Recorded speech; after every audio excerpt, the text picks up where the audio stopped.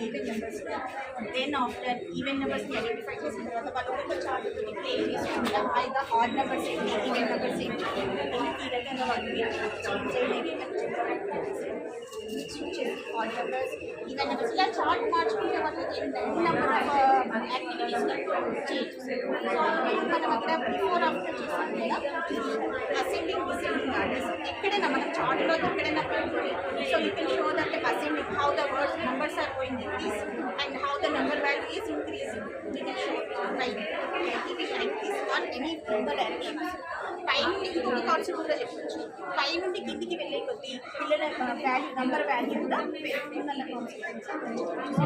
order descending order how the value number numbers